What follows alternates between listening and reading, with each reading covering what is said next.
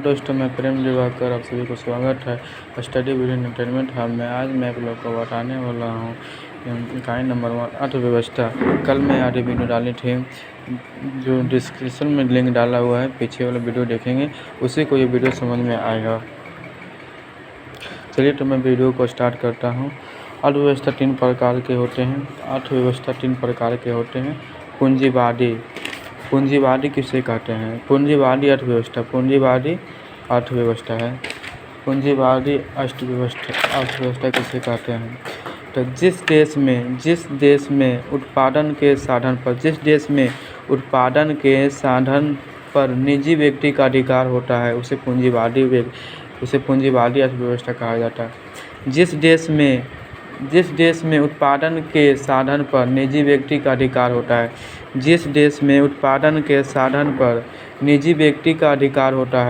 उसे पूंजीवादी अर्थव्यवस्था कहा जाता है। जिस देश में उत्पादन के साधन पर निजी व्यक्ति का अधिकार होता है उसे पूंजीवादी अर्थव्यवस्था कहा जाता है। जैसे में अमेरिका।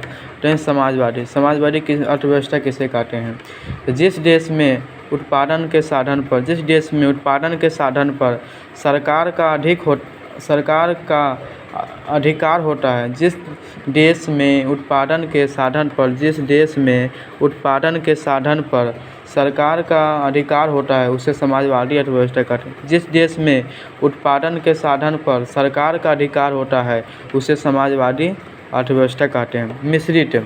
तो जिस देश में उत्पादन के साधन पर सरकार और निजी दोनों का अधिकार होता है उसे मिश्रित अर्थव्यवस्था कहा जाता है। जैसे भारत।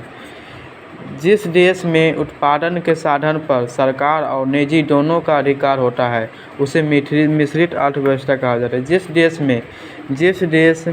में उत्पादन के साधन पर सरकार और निजी दोनों का अधिकार होता है उसे मिश्रित अर्थव्यवस्था कहा जाता है। जैसे भारत। वस्तु विनिमय प्रणाली किसे कहते हैं? तो वस्तु से वस्तु का लेन देन किया जाना वस्तु का विनिमय प्रणाली कहा जाता है। वस्तु से वस्तु का लेन देन किया जाना वस्तु का विनिमय प्रणाली कहा जाता है। तो जैसे लॉज में आप लोग देखते होंगे कि अगर आपके यहाँ नमक घट गया होगा तो अगला के रूम में जाते होंगे, बोलते होंगे कि थोड़ा नमक दीजिए, तो देखते होंगे मुर्गा बन रहा है। देखते हैं आप रोटी बना लिए, ठीक है, आप रोटी बना लिए और नमक अब सब्ज़ी जा रहे हैं बनाने के लिए तो नमक नहीं है, तो आप दूसरा के रूम में गए तो देखे मुर्गा बन रहा है। नमक मांगने गए तो देखे मुर्गा बन रहा है, तो सोचे कि 2 फिश तो मिलेगा, तो बस 2 फिश अब उनको बोल दिए कि 2 फिश दे दीजिए और आप 2 रोटी ले लीजिए, ये दोनों में हो जाएगा। तो इसी को बोलते हैं क्या? वस्तु विनिमय प्रणाली। वस्तु से वस्तु का लेन देन किया जाना ही वस्तु का विनिमय प्रणाली कहलाता है। समझ में आ गया होगा दोस्त? मैं यकीन करता हूँ कि आप लोगों को समझ में आ गया होगा वस्तु विनिमय प्रणाली। अब आते हैं मौद्रिक प्रणाली। तो मौद्रिक प्रणाली क्या है? तो मुद्रा के माध्यम से वस्तु को खरीदा जाना ही मौद्रिक प्रणाली कहलाता है। मुद्रा के माध्यम से वस्तु को खरीदा जाना ही मौद्रिक प्रणाली कहता है।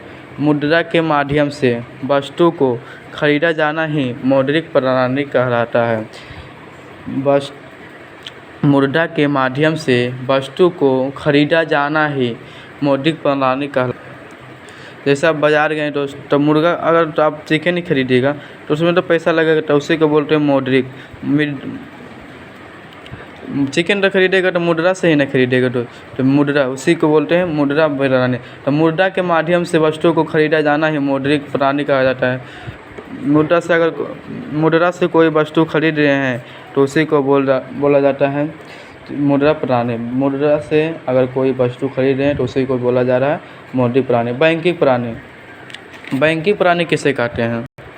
बैंकिंग प्रणाली तो जो बैंक द्वारा जारी किया गया चेक है, बैंक द्वारा जारी किया गया चेक और चेक के माध्यम से वस्तु को खरीदा जाना ही बैंकिंग प्रणाली कहलाता है। बैंक द्वारा जारी किया गया चेक और चेक के माध्यम से वस्तु को खरीदा जाना ही बैंकिंग प्रणाली कहलाता है।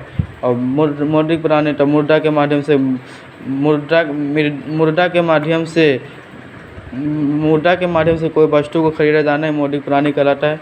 वस्तु से वस्तु को लेन देन किया जाना ही वस्तु का विनिमय प्रणाली कहा जाता है। तीनों समझ में आ गया होगा दोस्त। हम यकीन करते हैं। कोर बैंकिंग प्रणाली किसे कहते हैं? तो एक व्यक्ति के खाते से दूसरे व्यक्ति के खाते में पैसा भेज दिया जाना है। जैसे एक व्यक्ति को खाते से उस दूसरे व्यक्ति के खाते में पैसा भेज दिया जाना है, इसे कोर बैंकिंग कहते हैं। तो पूरा आसान है। एक व्यक्ति के खाते से दूसरे व्यक्ति के खाते में पैसा भेज दिया जाना ही कोर बैंकिंग प्रणाली कहलाता है। एक व्यक्ति के खाते से दूसरे व्यक्ति के खाते में पैसा भेज दिया जाना ही कोर बैंकिंग कहलाता है। समझ में? एटीएम कार्ड किसे कहते हैं? तो बैंक द्वारा जारी किया गया प्लास्टिक का एक छोटा सा कार्ड जिसमें सूक्ष्म संकेत निहित होता है, उसी के माध्यम से 24 घंटा किसी भी